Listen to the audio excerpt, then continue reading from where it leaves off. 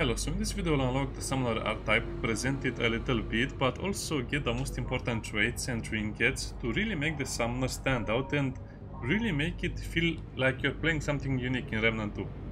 So let's get started. First of all, you just need to be in Neyreyan, this thing over here.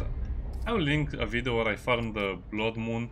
It's not so bad, you just have to remember a couple of rules, like the Blood Moon happening every 90 minutes, or like it happens the first time you enter the second map of Yesha always. And by the way, the Blood Moons are actually a crafting material, so you can keep them between adventure and campaign, and yeah, pretty easy. You also buy the set. Soul Anchor is also pretty important. This one is more or less important, depends on how you play the game. I'll speak about the builds a bit later.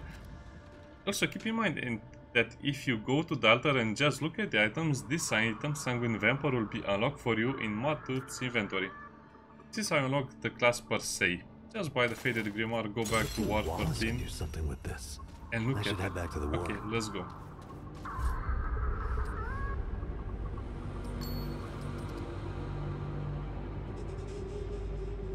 It is very similar to the Dendroid set you can get on Root Earth. Especially the armors seem to be more or less interchangeable. That one is a little more spiky, this one is a little more cozy. Now let's look at the class itself, the archetype. Your first perk will be, your first skill will be summoning the little round balls of fun. Yeah, as you can imagine, they're very fun to use. They will cost you max health to summon, so that will be a thing we'll have to get used to, but that will be in the video for another time, because that's talking about the build itself. Also make them sacrifice themselves, which will make them explode. It will be interesting. The second ones will be the flares, which will are basically like the flying skulls from Remnant 1. 50 damage within 30 meters and spawning 3 homing projectiles, which explode again. This is a little more interesting because this sacrifice will be a lot more damage, but again, we'll see that. And the last one is the River, which is a big and strong minion that will help you a lot more in your fights. It can also tank, but it also costs a lot more health to summon it. So as you can see, the Summoner is not as easy to use as in Remnant 1, because you need to use a lot of your health just to summon this creature. So that means you need a lot more healing or regeneration. As for the perks in their first stage, they are basically like this. More damage and skill damage while a minion is active. Keep in mind, while only one minion is active.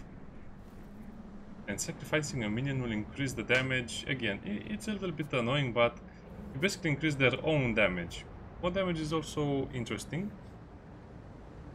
Minions that expire, meaning basically every minion will last a set amount of time. If that set amount of time is gone, they will give you this healing per second. So that's a spot on the ground. Sacrificing grants 3% lifesteal for each minion, 10 seconds, so another way to heal. Using a relic grants minions 5% max HP per second and increases the damage by 15%, 30 seconds. So as you can see, using the relics will be your main way to buff yourself the minions, keep them alive, and depending on your build will actually increase your damage a lot more. And the trait is also regrowth, which will increase your HP regeneration, which is kind of big, but I don't think you really need it unless you're playing a very tanky build. 1.5 health regenerated per second at level 10, which can be massive with a lot of other things, like a harder regenerates your health by 2 per second. Again, that's just going into build territory, and we don't go there. And if you start a new character for hardcore or just to play the game with a friend or something like that, you will be surprised to see that the gear you get as the Summoner Archetype is not very good. It's basically lower tier equipment. I mean, you can get the MP60 pretty fast as well. The Rebellion Spear is just a basic melee weapon. The crossbow is not very fun and will get you killed a lot in the beginning. And as you can see, we still get all of those gifts. And armor does give you a decent amount of armor, so your DR damage reduction will be 35, which is not so bad, but the engineer is still the best class with the best starting gear for hardcore, or just for playing the game again, or for friends, because some people prefer different multiplayer characters. The book itself looks very creepy, the description is very weird.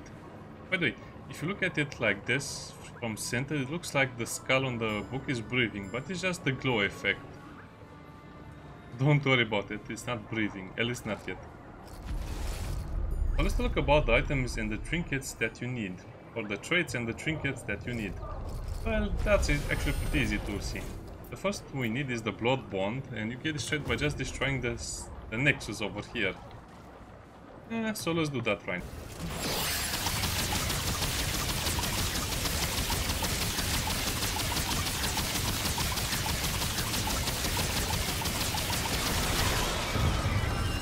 Well, that wasn't so bad. It doesn't actually show its HP. Usually it shows its HP. It's a root nexus. Not enough room. You also get the hollow egg heart. And this trait will be super important for later. Let's continue. The thing that is very important is the Soul Link Ring, which is a random Yesha drop. Sometimes it can be a little harder to get, I don't know why. I think I had to reroll my ward a couple of times to see it. As you can see, summons have life steal now. 5%, which is huge. So let's go over the dialogue options through together and don't accidentally start anything. You get something for killing him, but also something for saving him. Blade and spear, shield and stone. They come, the rot of Paxel-Tech. A terrible one. Oh, he's suddenly calm. Walk Yesha for it, perhaps. Pain now outweighs peace in the measure of my...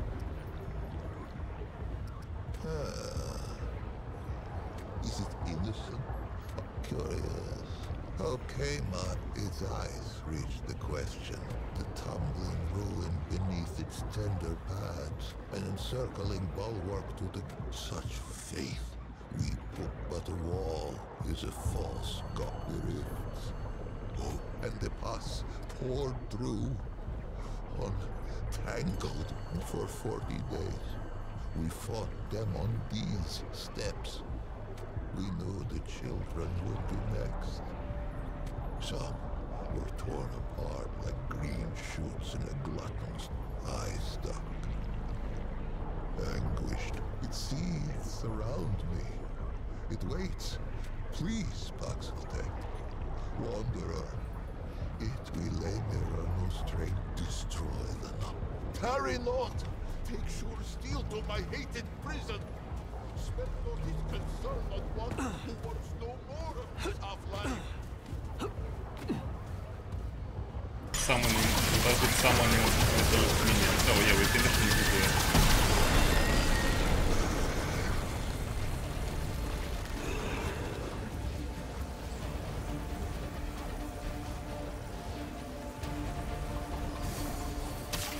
Come on, you're free.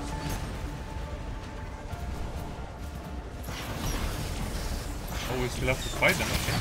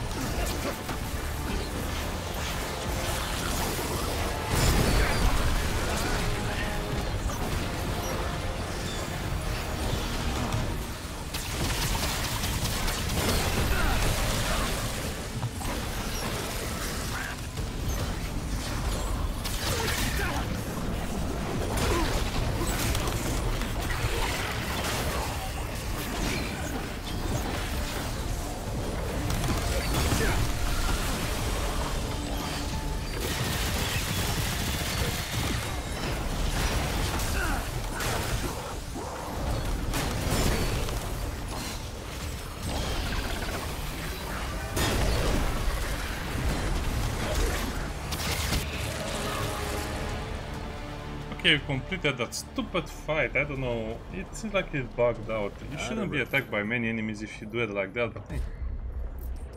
I think this is a melee mutator. Yeah, it is. It's actually pretty good if you do a melee build, which is more or less for the lower difficulties. Okay, it's free now. Okay. Perhaps not for one who walks free, Paxeltag. I have more. Did I dream that I ever might again, much less feel this faithless? And yet, Paxel, two-handed warrior. Paxeltag have a gift for death this much. Perhaps if it fights with us. But take this. Though it be a relic of we Laemir, stewards of death. Rugged trait? Yeah, let's hear the rest of the dialogue. Maybe it will be interesting. Many are those who these I shall. If it's wrong, there are yet tales of ye on the contact. Oh, glory! A funerary priest, one who wraps we guard a relic for many epochs. The highborn, but their if life, this was the province. But would it hear the history in the Sure, time everything you say is interesting. You're just Matu from Yesha. With their god Or Yesha of Motu. many, the vaunts prayed, and the red 100-day path, singing Yesha rode the king who was. Him quick of blade was he, but the exploits of youth brought fate offered coquette as it sailed from the past. The god of many, none speak of a time before a god. What more would I? In those days, there was snow. It was only the vaunts spoke for the many-faced one. And the Red Widows, it had been ever thus. For 80 days, they prayed for us on the 8th, where it was. But surely, yet, death, and why not? It leaps. There are those who, a simple decision. What must it be for the wolf, the dog? Yesha, it's with the Pan were one such. She was but 15, and it was the Red Widows, but Genus's malady to her, to the elder Pan. Genus was none among them, plague-ridden and scored. After many days, the Pan were humbled for fascinated. Genus spoke of a Pan, young, but then, when all seemed lost, this tree, the Thane, the Pan, Genus rose to power by spreading her. The Red Widows were easy converts, inclined to, in time. They held more sway among the Red Widows. Genus was the jungle. It is, suffice to say there is, and yet, many sees in her the Thane. 500, many imagine those that lived long, now as young. She had been reborn for years. They searched the forest, battling hunger, storms. Many succumbed to by the 21st spring. Only 5 Red Widows. It was they who tasted the fruit. No plague has touched the Pan since. But, unless I am much mistaken, the Empress, if the Pan vanished from Yesha, with death thus leashed, the great ziggurats were hewn from the living rock. Genus's prophecies, all what of the great, but none worried, save a few vaults. No achievement, it was then. But the story of Ye, 49 immortals begat many more. At death, they traded favor with the Empress, traded year. They called it the Raven. It sprang. Fear fell like night across the empire. There were those who, but the Ravager was never much glimpsed that the Red Doge, the green things of the jungle, sprang from the Red Doge. Who knew what would become of the dog if the who knew? It was the twice humbled Vaughnts who kept for the Vaughnts. It was they who had learned to listen. This guy got paid a lot of money. We have this mode. Forest. It whispers. The Vaughnts devote. They play it to tap its those attuned in prayer. Even a Paxeltag. Who is to say? With the ravage, the Thane tree. For many lifetimes, her permanence hid this knowledge. She had amassed a great store of fruit, and surely why crack the very... But the tree's decline could not be arrested. We Laemir, once prepared for the final death of death, only those now. We found ourselves winding wizened nobles in sap and muslin by the 100. Perhaps what came next was a rebellion, insurrection, revolt. This, for a life of lifetimes, the eternal empress had, but like the Vons of old, had underestimated the power. Genus herself failed to foresee the power. Navun was one of her. I know only that she had no taste for the Emperor. Her words found home in the ears of the gull. No slaves could hope to challenge. But what about a nobility in the rose? First thing ever was Gina served by the Red Widows. Some among the widows' ranks forswore tenderness. Genus herself had been the lowest widow in her. How fitting. It bridled when I called it God. Surprised I am that it let us. It has heard of ye into that whatever its motive. Even as the panther, our god of many faces, remained satisfied with it was an ever-present comfort. The destroyer, Paxeltech, oh, we knew not that it was, but in death, many faces' absence was travelers. Spoke of who knew that the very air could rip. Oh, how our world's lifeblood, most perished. I thought our tale told. Our race rock. As sure as there is iron in the soil of Yesh, I gave the impression perhaps that Yesha was uninhabited. This is not so. The Rin slink Yesha. Perhaps they once thought to defend their forest. But, Lash, in that no Rin could hope to withstand the onslaught of Ener. The Flying Ones have no talent for crystal craft.